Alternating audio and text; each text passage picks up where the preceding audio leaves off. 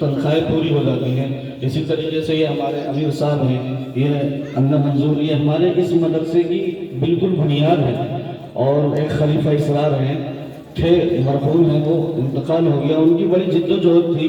ہمارے ملا جی عرفان ہیں، امیر صاحب اللہ منظور ہیں، پردھان جی اعجاز ہیں، خلیفہ اسرار، ان کی بڑی کڑھن اور فکر تھی۔ اسی طریقے سے ہمارے چچا ساجد ہیں، یہ اولین لوگ ہیں اس مدرسے کی شروعات کرنے والے۔ چچا نزاکت ہیں، اور بھی ہیں، اپنے مفید مشوروں سے نوازتے رہتے ہیں اور مدرسے کے خیر خواہ ہیں، مدرسے کا ہر طرح سے تعاون کرتے ہیں۔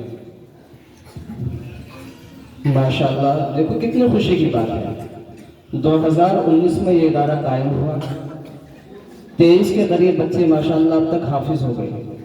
بہت سے مدرسے ایسے ہیں کہ مدت تو ہو گئی، 5 یا 6 بچے بھی حافظ نہیں ہوئے، اور اس انداز کے ساتھ میں، شاندار انداز کے ساتھ میں ماشاءاللہ بچے حافظ قرآن ہیں۔ ساری باتیں مولانا نے آپ کو بتلائیں، اور ماشاءاللہ آپ لوگوں کی جد و جہد اور محنت اللہ اس کو قبول فرمائے۔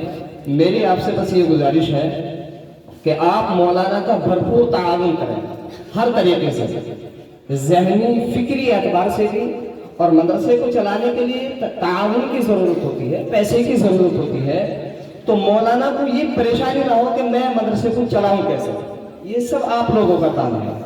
مولانا کو تو آپ صرف تعلیم کے لیے صرف مختص کر دیجئے، اور ایسا مختص کر دیجئے کہ اس ادارے کا نام ساری دنیا کے اندر عام ہو جائے، یہاں سے علم نافع جاری اور ساری ہو جائے۔